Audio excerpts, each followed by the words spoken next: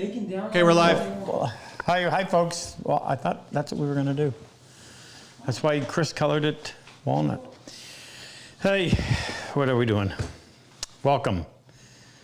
Saturday Night Live on Friday.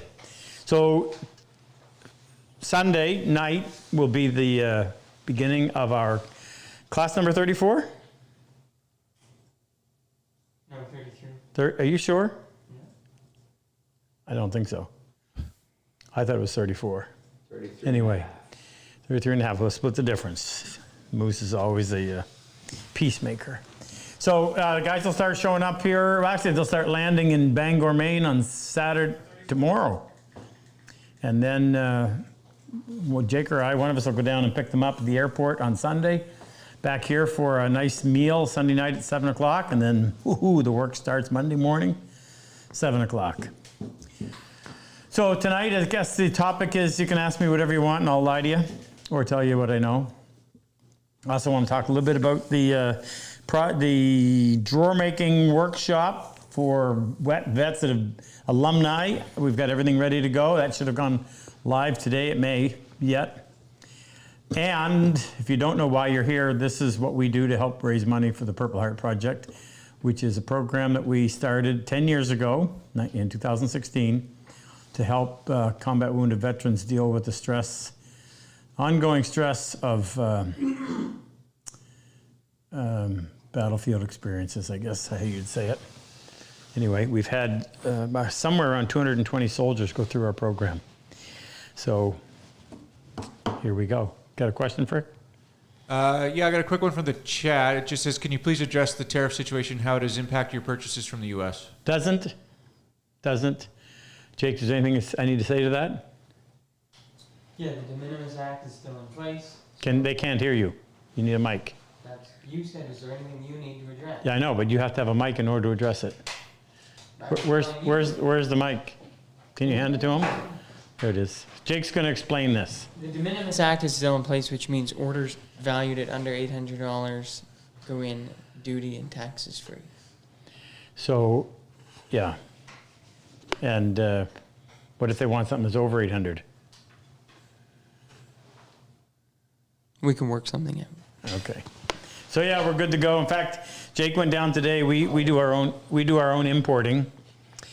So Jake went down to Maine today, thinking we were going to have a lot of import tariffs, and turns out none. Nothing that we have tariff supply on the Canadian side. So you're good to go. Business as usual. We're still cranking out tools, aren't we not, Ken? We sure are. Big shout out to Ian. It was his birthday this week. Ian builds all of our saws. Big shout out to my son Bo. It was his birthday yesterday. Big shout out to who? Ian, yeah. Yes, Ian was today. Bo was yesterday. And Rex, my son, was his birthday in February. Jake's birthday was in March. Ken, when's your birthday? In May? Yeah, I may have another one. Did we forget anybody? No. Did we forget anybody? Frick, did we forget anybody? I know you don't want to be talked about. Frick's officially a geezer. Turned 40 today. Oh. Geezer status. Remember 40, Moose? Barely. So, go ahead, next. Please. This one's from the chat. Happy birthday to Frick. The best 5 minutes of my life. Did Luther send you any questions? No, I'm just going by the chat.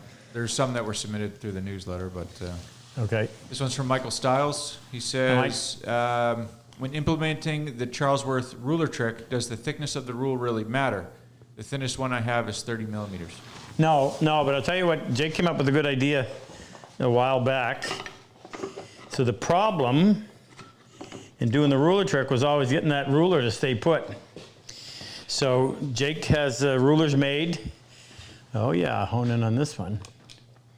So there's a fold on the end. See that? Every stone's a little bit different in length. So now you hook that on the end like that, And just by holding back here, it holds it in place and it doesn't move on you. So, and that rule, in case you, is how many? 20. Is 20 thou. But no, it doesn't matter. But you always want to use the same one, because if you don't, then you're messing with different bevels each time you do it. So the one we use is 20 thou, but does not really matter. Next, Frick. Jimmy Sinowaski. Jimmy, oh yeah, I know Jimmy well. Hi, Jim. How many family members are in the business? How many are in the business and get paid, or how many work? Get paid. Well, there's me and Kim All of them. and Erica, and by in-law status, Frick, and Rex Krista doesn't. Rex used to, but doesn't. I guess Rex hasn't worked in a long time. And then Jake, and who's after Jake? Loren. She did, but she's an equine therapist, so she doesn't any longer. Kenzie doesn't. Annika does occasionally. She calls customers, but she's getting married on July 11th, I think. So she's in La La Land. Bo was working here before he got injured, but Bo will come back and go to work here. And Mitch doesn't anymore. And Chloe cleans. She's part of the cleaning crew. So however many that is. And soon grandson Bentley needs to get a job here. Yes. Yes. Next, please. Next one's from Dan Schiffer in the chat. Hi, Dan. What's the best way to make colored splines for boxes? I've been laminating layers of colored veneer, red, blue, green, etc., but the process reveals a plywood-like end grain when finished. Yeah, boy, I don't know. I've never done that. Colored veneer, or colored splines. I really, I don't do any coloring. I don't dye wood. I leave it. I don't stain wood even. I leave it a natural color. But what you need to do is find out. Can you? Well, here's a good example. So my friend Kip Christensen. This is box elder burl that's been resin impregnated and infused with a blue, and this is kind of a gray color. And the interesting thing about boxwood is some of the wood doesn't take the dye. That's why you see that varying color in it. Same on that one. So if you want something, you want to use solid wood so you don't deal with that end grain look. Talk to somebody who dyes wood. I have some handles up there that I'm working on that are infused with purple, and it goes all the way through the wood, doesn't fade. So that's probably your best bet, but I can't tell you anything about it. Apologize. Next, Rick. We're just having a slight problem with our internet connection. Can I talk? Can they hear me? Yeah, it's just buffering every little bit. Okay. So we are having a class. Do you know what the date is, Ken? In October, the drawer making? No. I think it's the first full week in October. I might be wrong, but somewhere right around there. And this class is going to be an intermediate drawer making workshop. And it's only open to PHP, that's Purple Heart Project alumni. So soldiers that have been to the program, and they got to qualify for the class. And a big shout out to my friend John in Florida who is financing this. Wow. So here's what you do. You're going to send in $30 plus shipping. And we are going to send you this. A cardboard box. A flyer. And this. So this is a package, 4 pieces of wood. There's a piece of walnut in there that is dimensioned, thickness-wise, to 13/16. There's 2 pieces of poplar that are dimensioned to 7/16, and there's a piece that's 5/8. It is the width has not been established. It's wider than it needs to be, and each piece is a little longer than it needs to be. So you're going to take these 4 pieces and you're going to make this. Now, it's not an official drawer, but it has the skills required to make a drawer. Half-blind dovetails, through dovetails in the back. I'm also looking to see how well you pay attention and can work to tolerances. So it needs to be this finished width, this finished length, and the inside and the outside has to come right off of your hand plane, no sanding. So in other words, I need to know that you've been planing and sharpening and you can do it properly. So this little diagram was done up by Chris Davenport for us, and that'll show you the finished dimensions. Give you the list up here, your cutting list. And then when you're done, you put it in that box that we shipped it to whatever. Can't get my words out. Box that up and return it. We will then evaluate all the ones that come in, and we will, without knowing the names, they'll just be assigned a number. We will evaluate and find the 12 best. And those 12, we're going to be given an invitation. We will cover your travel. We will house you while you're here. We will feed you while you're here. And you'll get to take the class. You'll bring your tools that we gave you. There's a few extra, but we'll have loaners here, so you don't have to worry about that. And it will be a long class. We're going to build. Ken, would you mind grabbing that for me, that mahogany drawer? It's one thing I forgot to bring in.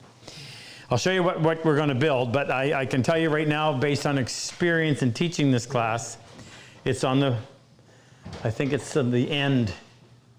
You know, in where the display of all the stuff is. It'll take the whole week and more, so we won't be taking evenings off. But it's going to be fun. You're going to love it, and it'll advance your skills. So if you have any questions, now, Jake, when can they start ordering this? When can they start ordering this? Like right away? Can you suppose you could send a little email to Luther and find out how close he is? They'll get an email. Well, I'd like to be able to tell them I now. know you'd like to be able to tell them that, but they'll get an email. They will get a direct email. Sit on your phone. Do not let your phone go. Yeah, that's it. That's it. Thank you. So it has to be something that you could travel home with. So you're going to do the case. The case will involve dovetails in the top, possibly mitered edge if you want. It'll involve through wedge tenons on the bottom, and then you're going to build a drawer. Drawer is going to have drawer slips. If you've seen them before, that's what increases the width, the running surface. Solid bottom. Just going to be dandy. So, if you would like to participate in that, hopefully this weekend you'll be able to order it and get to work. We have to have a date.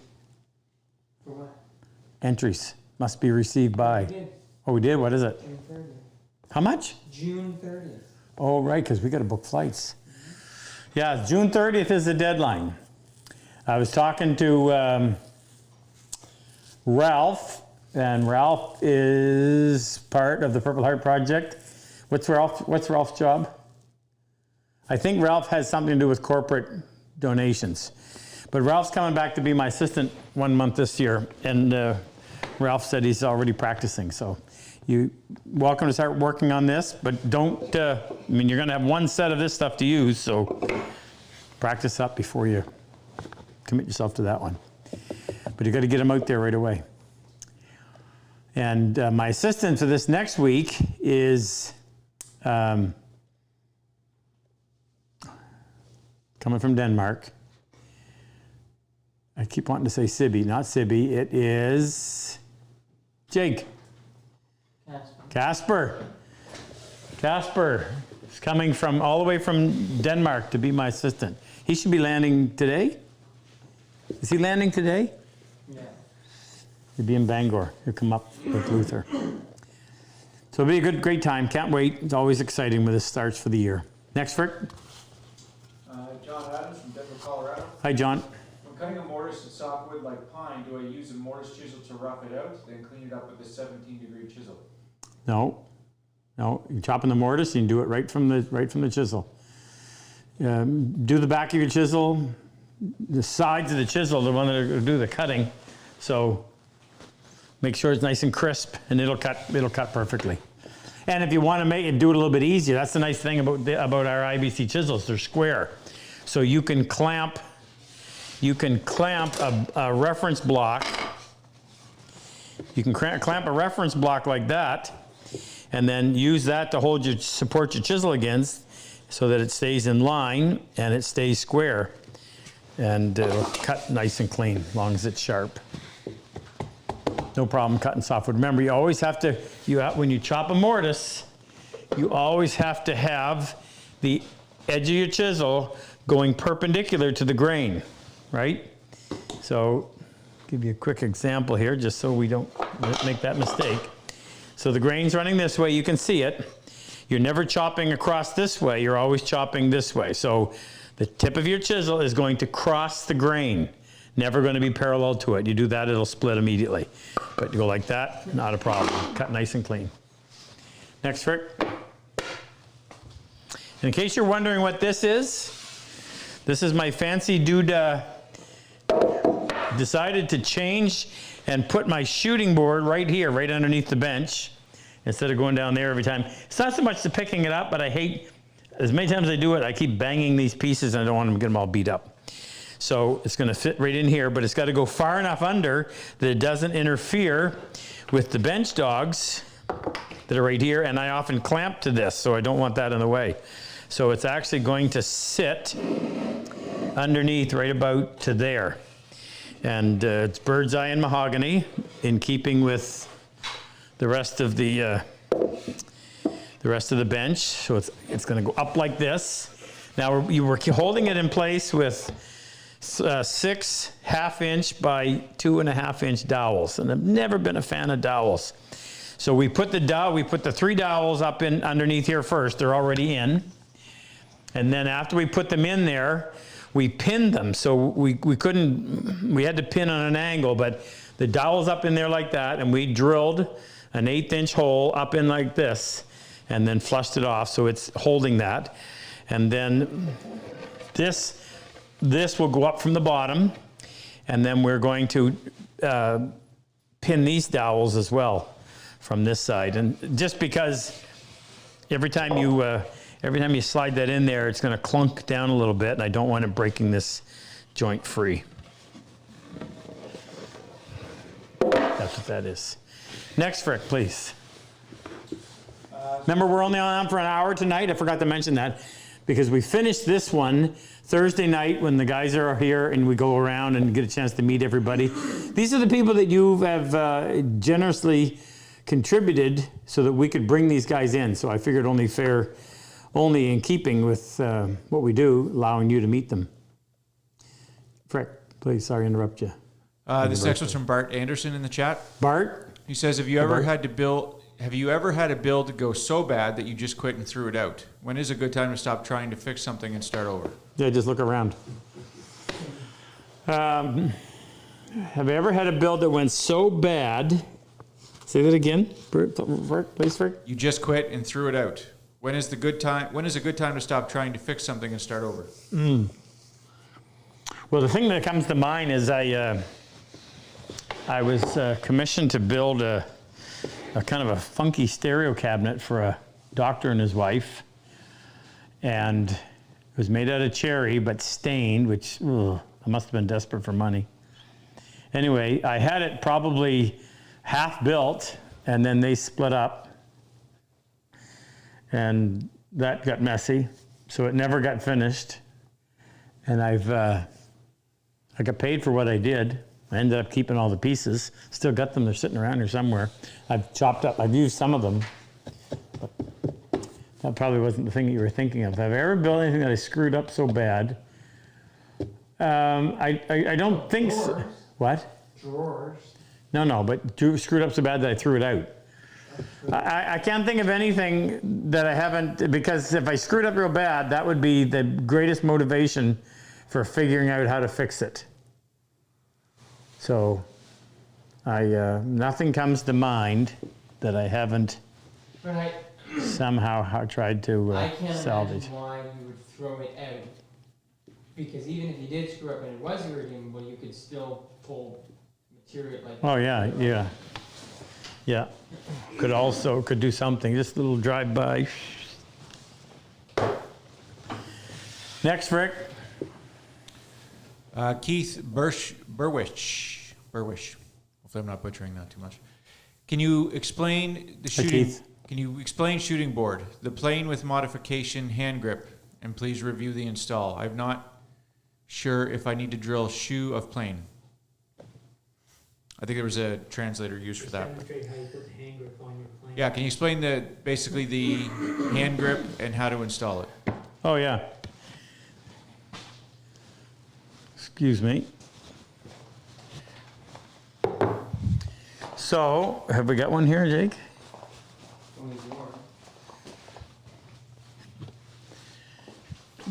Jake developed this. First, for those of you who may not know what we're talking about, this is a shooting board. Shooting board is used to square up the end of your boards. So if you want, everything you build is the sum of the parts. So that is 4 pieces.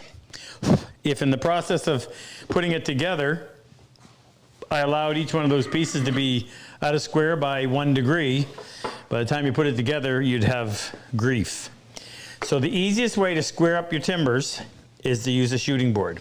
So the first thing I would do on a shooting board is I need to have a nice, reliable, straight edge up against the fence.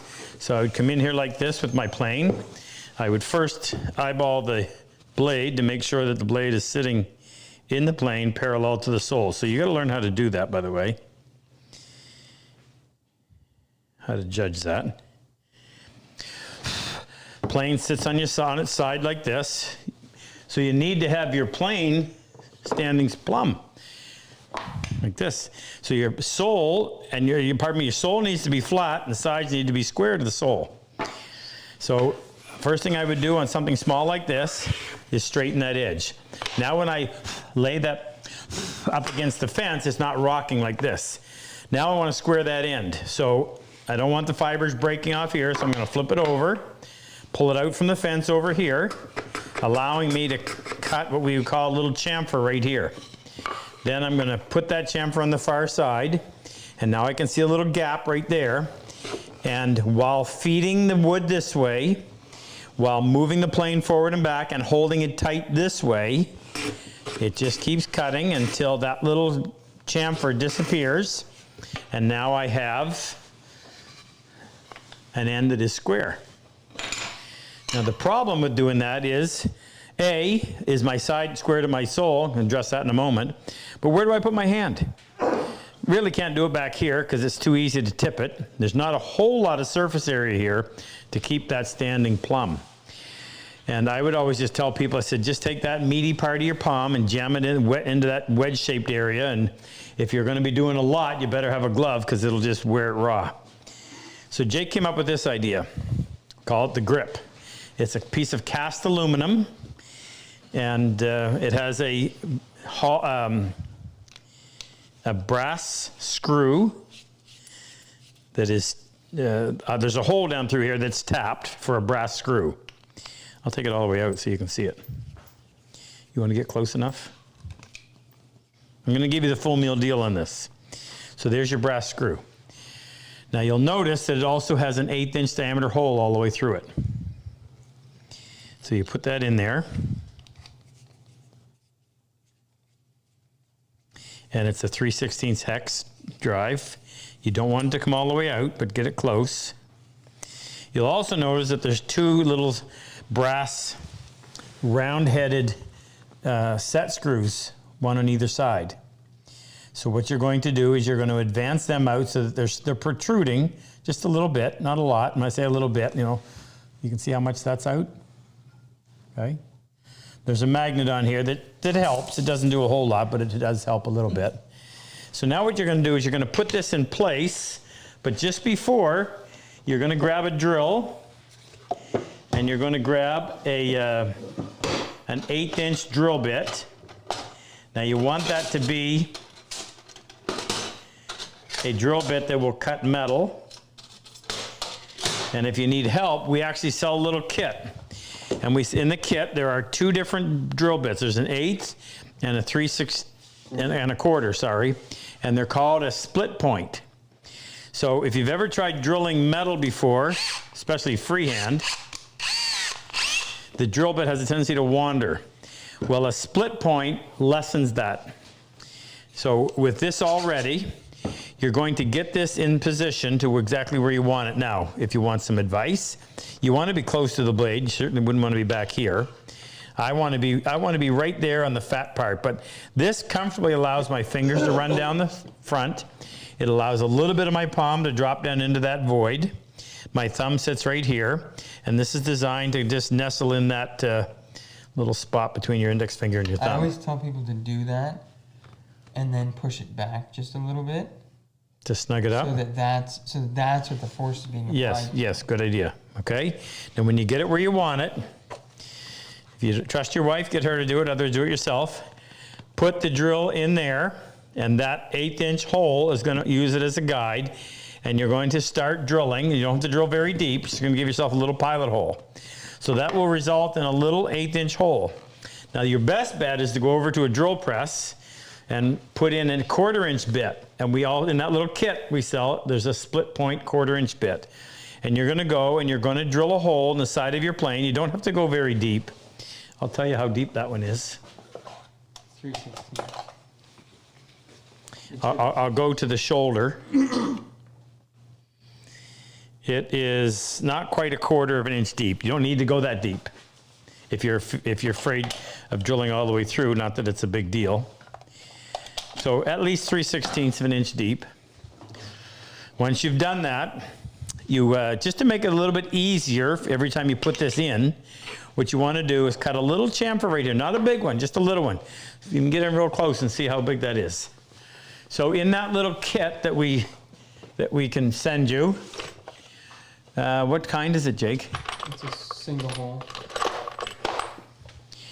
We're gonna give you a little countersink bit like this. And you can put that in your drill. You can do this handheld if you want. And you can just cut a little tiny chamfer right there, not a big one. Now what you're going to do is bring this brass pin down. It's sticking out about 1/8 of an inch, so you don't need to have the hole any deeper than that. And you're going to put this in place. So what I do, there's a little ledge right here. Hold it like that, just slide along till it drops in. Now if there's any slop at all, you're going to take it out, which means if it dropped in, then you certainly don't have to retract these, but if you couldn't get it to drop in, you may need to retract these a little bit. But just before you adjust these, we give you a little tube. I thought I had one here. Here it is, right here. We give you a little tube of Loctite. Now this isn't the permanent stuff. This is the stuff that if you have to undo it, you can, but it won't allow it to just wiggle free. And you put a little bit of that Loctite on those brass screws. That crap all over me. And then put them in. And there's a little Allen wrench that comes with that little kit of drills and countersinks. And you're going to tighten those up so that it removes any wiggling. And then once they dry, they're set. So every time you take this off, I just go like this and then drop it in place. Now when you come in to shoot, you've got lots of control because the blade's right there. You've got a great way to hold on to it, and it's all about control. The more control you have, the better the results. So there's your grip. And you can do that left side, right side. Now I want to tell you about something. We can't sell these Wood River planes in the back into the US of A, which is an agreement we made with Woodcraft. But because we now have preferential rates with UPS, you're going to be able to send your plane to us. You'll contact us by the procedure. Gina will send you a label that'll allow you to put your plane in a box, properly packaged, send it to us, and we'll go through. We will flatten the sole, square the side. We will take the lever cap off and address the underside of the lever cap. We'll fit the chip breaker to the back side of the blade. We'll sharpen the blade. We will test it. If you want to get the premium service, we will replace all the adjustment screws with our hex drive, which the nice thing about that is it doesn't fall out and doesn't get all chewed up. It also includes putting on the adjust star, which makes it so much easier to make your adjustment. And you're going to tell us whether you're right-handed or left-handed. We will drill for your grip, and then we'll turn around and send it back to you. The total shipping to you will be $40. $20 to get it to us, $20 to get it back. So it's a great deal. It's a service that we've been wanting to provide folks, but we haven't been able to because cost of the shipping was prohibitive. Anyway, that'll be on our site in the very near future. I think that's all I was going to tell you about. Yeah.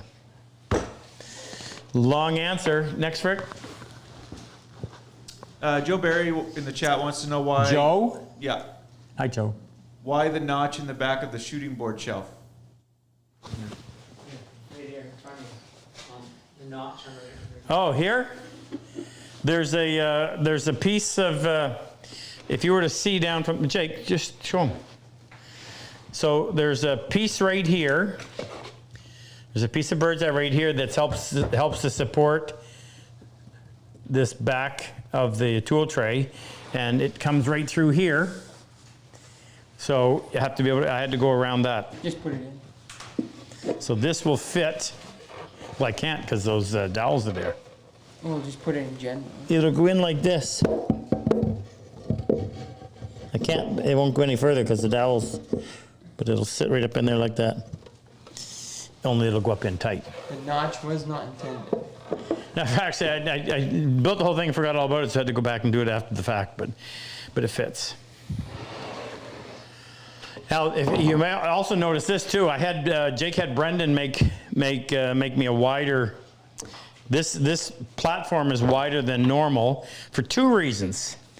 We've got our own plane coming really soon, and on ours, the top of the shoulders are going to be milled parallel to the bottom of the plane.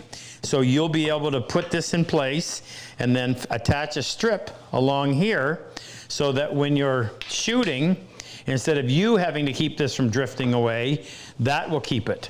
So in order to do that, we had to have a little more wider platform here. So that plus, with my new arrangement, I need a handle right here. So I'm going to cut out and create a handle right there so I can grab hold of this and slide it up in.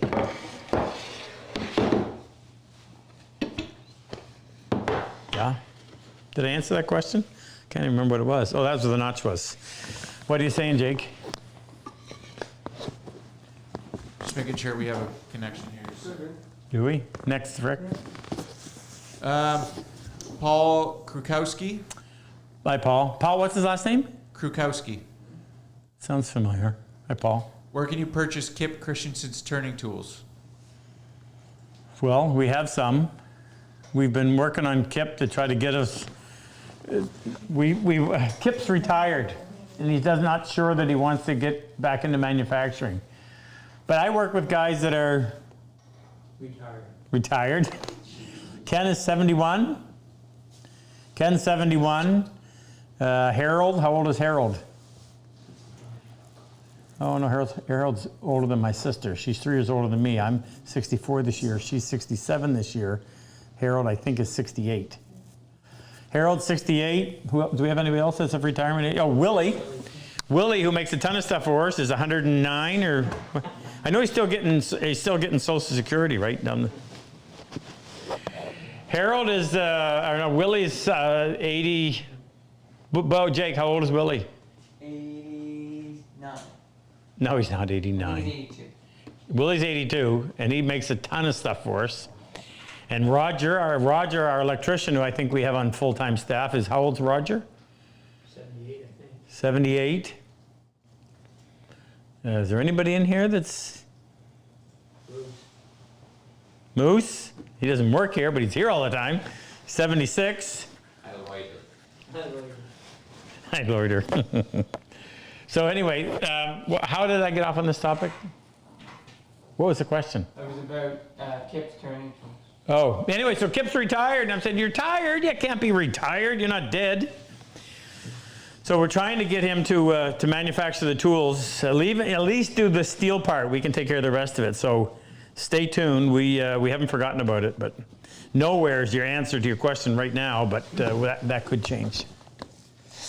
And for those of you who are wondering, so Kip Christensen is a friend of mine. He was retired as a professor of woodworking, teacher education, actually at BYU. Retired in 2020, I think. So he comes here now and teaches turning classes. So we've got, how many classes do we have booked? Scheduled? 2. 2? Mm-hmm. There's 2 week-long classes with Kip Christensen here in September, if you're interested. And we have 13 General 260 lathes. So everybody gets a great heavy-duty lathe to work at. And yeah, those are on our site if you want to check them out. I got some bets here. Oh, so if you're a combat wounded vet that has been to our program, meaning you're an alumni and you're on, please speak up. We'd love knowing you're there, and put the smile on my face when they read your name. Who you got, Ken? Just do in the chat. You have to do Ken. What are they supposed to do? I say this every time and I can never remember. What is it? At Ken. At Ken Anthony or at Ken? Well, when they put at Ken Anthony will come up. At Ken, and then your name, and preferably what class you were in. So we have Nathan Hoffman, Hey, Nate. class 29. Walter Rao, who recently lost Wally. his Yeah, wife. yeah. I didn't want to bring that up again, but we remember Wally. Brent Nelson, Brent. Slowest dovetail. Jeff O'Connor, Jeff O'Connor. Second slowest. No. Hello, Jeffrey. Hope your mom's doing better. Kent Boys, Kent was an alumni. Kent was an alumni, not a vet, but Kent sits on the board of the Purple Heart Project. Is he on the U.S. one too? both. He's on both boards, both thepurpleheartproject.org in the U.S., which is a 501c3, and sits on the Canadian Purple Heart Project. And in Canada, we're recognized as a, Ken? What are we recognized in Canada as? Not-for-profit charitable organization. Not-for-profit charitable organization. Thank you, Ken. Kevin Burris Ken, is both on. Kens. Kevin Burris? Kev? Kev's Army EOD. Great guy. Andrew Whitaker, Andrew Whitaker. Andrew Whitaker. Oh, Andrew. Andrew's out in Idaho. What? Andrew Whitaker? No. Broken Arrow. Oklahoma. Oh, Andrew. My favorite assistant. Yeah. Sorry, Andrew. and Sibby's on. Sibby, all the way over in Iceland. Sibby? Oh. And And? it's Ralph Ackerman's birthday. Remember Ralph? His daughters live in Ormoc from Ontario. Yeah, yeah. And his wife wanted you to give him a shout out on his birthday. But is he allowed to have a birthday on Frick's birthday? Frick, do you mind somebody else sharing your... I share with enough people already. It's fine. I don't care. Ralph, happy birthday, brother. I hear you're 30. That's good. Keep it there. I'd sing for you, but it wouldn't make your birthday any happier. Actually, we have a birthday cake for all of our employees every time they have a birthday, which seems like we're having a birthday party every stinking week. No wonder I can't lose weight. Sean Grumble's on. Sean, what do we... Sean's a SEAL Team 2? 14. 14? He's not 14. And Sean. John Beck. John Beck. Sorry, John. I wasn't World War II. Vietnam. John is down in Santa Claus referred to. Is John down with Danny down in... Is John down in Nashville, outside of Nashville? In Tennessee? Pretty sure. Clarksville? John, tell me if you're in Clarksville or around there. Craig Miller. Craig? He's in Clarksville. Well, thanks to Danny Bell, we have half of Clarksville has been to our class. And Dom C, that's all. Dom. Class 29, that's all he gave me. Yeah, Dom's not represented up here, but Dom's a Marine EOD who will be getting one of these. I expect him to do exceptionally good work. I was with him down in Greenville with he and I and John. And our very own Andrew Burho was on there. Andrew he's going to have 2 days a week? Andrew's going to start working 2 days a week. Andrew's had a remarkable recovery. Andrew is a forward observer with the Canadian Army. He had a really serious brain aneurysm a year ago, right? Well, a year ago this summer. Yep. Yeah, almost cashed in his chips, but he's recovered, and now he's back working 2 half days a week. So glad to have you back, brother. Or more. Pardon? Or more. Or more, as needed. Right. Philip Gustafson. Philip Gustafson, right here. Great guy. That's it. Philip was Philip was in the very first class back in 2016. John Beck is Clark. And John, yeah, I knew that. Thanks, John, for telling me. Next, Frick. Tim Beach in the chat Hi, Tim. says, I'm planning to purchase a bench grinder. Would you suggest a CBN and stone wheel or have both wheels CBN? And if 2 CBN wheels, what 2 grits? No, you don't need 2 CBM wheels. They're expensive. There's no reason to have 2, so you can leave your regular wheel on one side. I've got a wire wheel on mine and a CBN wheel on the other. Get ours. It's 80 grit. Actually, if you're using it for primary bevels on planes and chisels, get ours, the 80 grit. Cuts a lot faster. Cuts nice and cool, lasts you a long time. If you're turning and you're going right from the grinder to the lathe, you may want a finer one, but they don't last as long. I still think the 80 grit is the way to go. And on ours, we added grit on the other side, so we actually have grit on 3 sides, which means, Jake? Well, actually, I can just pick it up and bring it over. I was going to show you, this is mine. But we have grit on this side, and on this side. So that's wide enough you can actually do a flat bevel if you want. This obviously is going to give you a hollow ground because of the shape. But you don't need to get 2 of those. Do we have any worn out ones? No. We use, how many grinders do we employ over there? Well, 5 total, but And then Willie's? Those would be 6. We use a lot of grinders. We probably do almost as much metal work as we do woodwork in the process of making tools. Next, Rick. I got a lot of people asking about the plane. Do you have any details you can give? New details? Well, I'm looking at it. It looks pretty. You're going to love it. What can we tell them? I'll tell them a little bit. Stainless, what's the number, Jake? 410. 410 cast stainless. I said the sides are going to be, the tops here are going to be milled parallel to the bottom. So you'll be able to set it in a track and use that for your shooting, which will really improve it. It'll come with the Adjustar standard, but it's going to be in stainless. Pardon? 410. It's going to be 410 stainless, not brass. Can I tell them anything about the handle? The rear tote is going to be shaped very similar to our saw handle so that your hand naturally fits on it. But planes have always been one size fits all. So if you got a big paw, this was cramped. You got a small handle, you're struggling to get up and do things you need to do. So the rear tote sits in a way, dovetailed way that will allow you to move it forward or back. When you get it where you want it, you park it there, and now it's customized to your hand. A low knob on the front, like the old Stanley, which I really like. Just keeps your center of gravity down, if that makes any sense. The blade's going to be made by IBC, blade and chip breaker. So they'll be thick, 140 thou thick. The frog assembly on all the bedrock style planes, when you advance the blade forward to close your throat down, because it's on a ramp surface, as you move the frog forward, your blade projects. So that means you've got to move it, flip it over, pull the blade back in, move it again, flip it over, pull the blade back in until you finally get it. So Jake came up with a design whereby the frog stays parallel to the sole, so when you set your blade, you don't have to worry about it moving.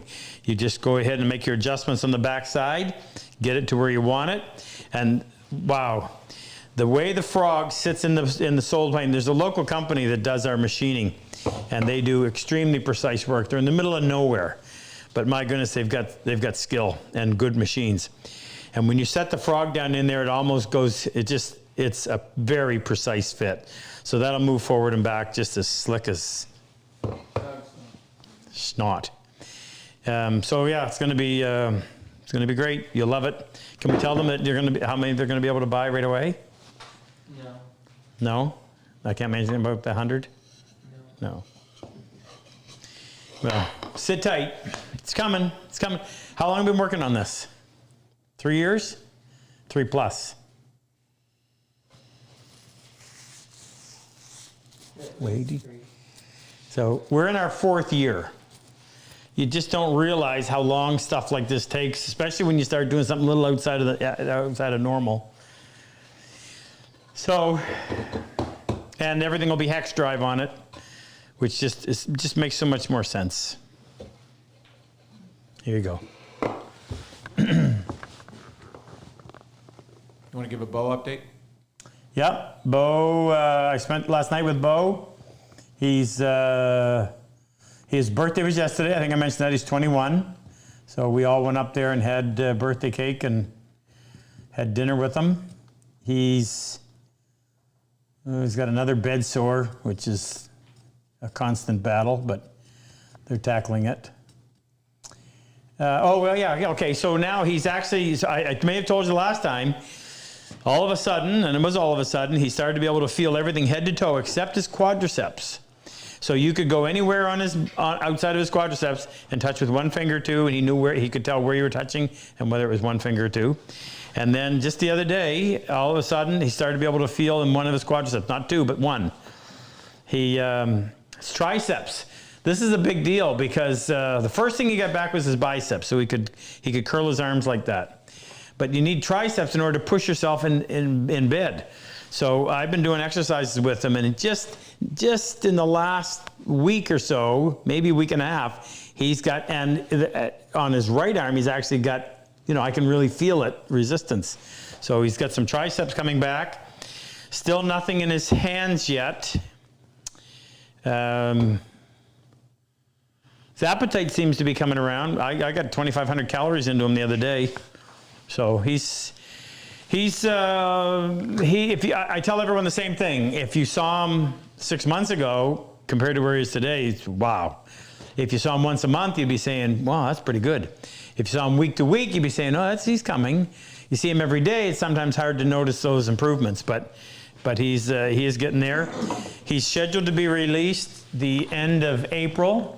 So we have Airbnbs right under the same roof. That's where we keep the vets when they're here. And one of the rooms is a wheelchair accessible room. So we're gonna put him in there, and it's criminal. The equipment, like his electric wheelchair. How much, Jake? Isn't it $60,000? $60,000 for an electric wheelchair. How do you build $60,000 into that? He needs a commode that goes over the toilet so that he can use the bathroom. And that's $5,000. Anyway, so in the process of fighting with insurance companies and all of that stuff that you shouldn't have to do, but you got to do. Thanks for asking. I'll tell him you did. Thomas Grimstead is on. Thomas is right here. Oh, you can't see it, but maybe you can. Thomas was here, how long ago? 2019.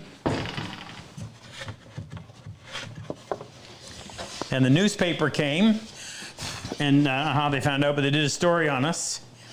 And they featured Thomas, that's him there, and that's him there. And, well, we're spotting celebrities, let's see. So that's Jake right there. Jake, do you know who is that Super Dave? In the background, it would be, yeah. Is it really? Oh, wow. Who's facing this way? Can you tell? No. Oh, it could be Paul. Don't think so. And then there's Thomas down there, and that's when our shop was, we had that big lumber rack, Ken. That was a while ago. That's May 21st, 2019. Howdy, Thomas. And then I was with him. He came. I was in Greenville just a month ago, doing a Purple Heart fundraiser at the Greenville Woodworkers Guild. And Thomas came down, and it was the biggest group of alumni that I've been with ever since we started this. I think we had 9. There were 9 of us there. I should name them. So Thomas was there, and We got 8 minutes left. well, I can be faster than that. Okay. And John Hayes was there, and Dom was there, and Joe Bright was there, and Brent was there. Oh shoot, I shouldn't have started this. Who else was there? Did you say Sean? Sean? Sean McDermott, wasn't he there? Oh yeah, Sean McDermott came down, that's right. Sean Chim. Dang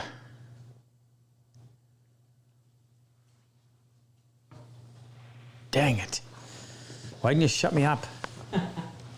Sorry. Wouldn't have worked anyway. Go ahead, Frick. Get past this real quick so I can. Skip Martin in the chat Hi, Skip. says, when using your saws, both dovetail and crosscut, sometimes, not always, it will leave lines, not so much ridges on the sawn walls. Is it technique or a straight tooth? Those teeth are set with such precision, I can't imagine that. It's going to be technique. But you got to remember, you got teeth sticking out. Even though it's only 2 thou on per side, they are sticking out. And any little bit of wiggle in your wrist, you grip the saw a little bit too tight, just when you push, it would be expecting too much to think that you could push that saw and keep that perfectly in line. It's going to wiggle a little bit to one side or the other, and that's going to, but you know what? Yeah, I've never had it so that it made any difference when you actually put the pieces together, so I think you'd be all right. Just practice. Practice sawing, and I remember when I was first, I'd halfway through, I'd stop and let go of the handle just to let my hand relax, as I would be gripping it too tight. Really, you're pushing right here. So the only reason you're running your hands around like this is just to keep from dropping the saw. So if you can get it so that you're pushing right here with the web, which is right behind your wrist, which is right behind your elbow, which is right behind your shoulder. Now I want to mention something that I only thought about this, or had it become apparent not that long ago. Some people saw like this. And the problem is that you see how they've got a break down here?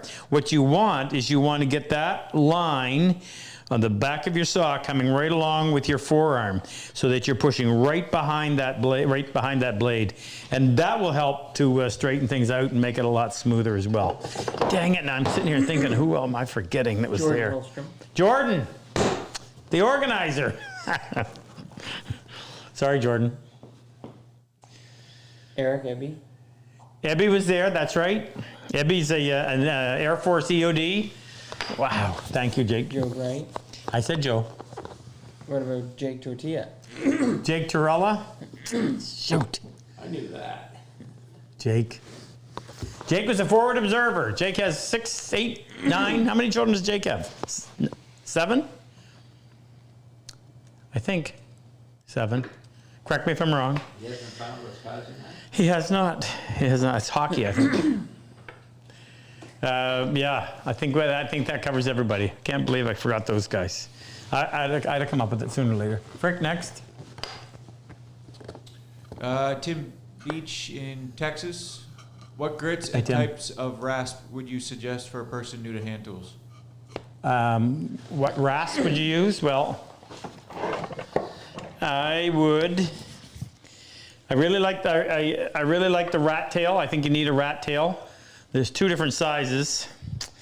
I'd probably get the small one if I was only going to get one. I would get This is an 11.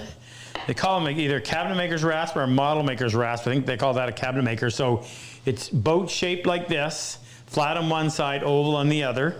And that is an 11. So coarsest, finest is 15. Coarsest is down around 2, 3. I would probably get that. And this one, this is a 13. So this is called a model maker's rasp. I don't know why. I guess it just looks exactly the same. This is a 13. This is an 11. And you might want to get one more that's just a little bit more aggressive. This is a 10. A little bit bigger. There. And I would throw this one in as well. The rat tail. And then if you're you may run into a situation where you need the others, but get started with something like this. These are Oryu, and they don't last forever, none do. So you have to replace them when they eventually lose their bite.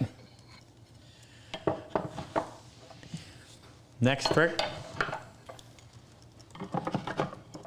Rick Grutzmacher in Hey, Rick. Davenport, Iowa. Davenport. I love your videos. How do you remove glue squeeze out from corners on project? I struggle with gouging the already plain surface with the chisel and leaving unsightly marks. Yeah.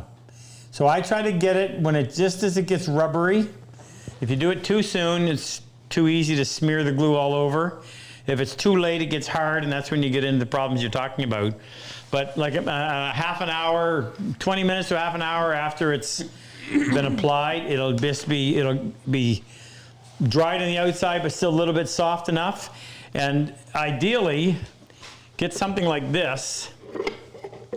So this is a plain blade, nothing fancy, just a plain blade that I had for something, but I never put a back bevel on it. So it's been addressed just like you would a chisel. And that allows you to lay it flat against this. I just had to do this the other day. So you can go right down, so you can cut right down to the bottom from this direction, and then you can lay it like that, and you can cut right in like that. So you're pinching it off at the bottom, and that way you're not tearing anything. So it's not quick, but it's the safest way to do it. Okay, it's 9, is it 9? Oh, Angie. Oh yeah, that's right. Yes, I see a new picture of Angie. Angie just sent me a new picture. So this is Ken's cousin, and Angie and her sister Lynn are the ones that do up all of our Purple Heart t-shirts. And it was time for a new updated picture, so that's Angie. Hi, Angie. And that's Saddam. Here, beside her. She's keeping an eye on him. So here we go. Thursday night, 8 o'clock? Sure. Thursday night, 8 o'clock. No, sorry. Thursday night, 7 o'clock Eastern. We'll do the second half of this. You'll get the chance to meet all the guys out there and see the kind of work that they do. You'll be impressed, I guarantee it.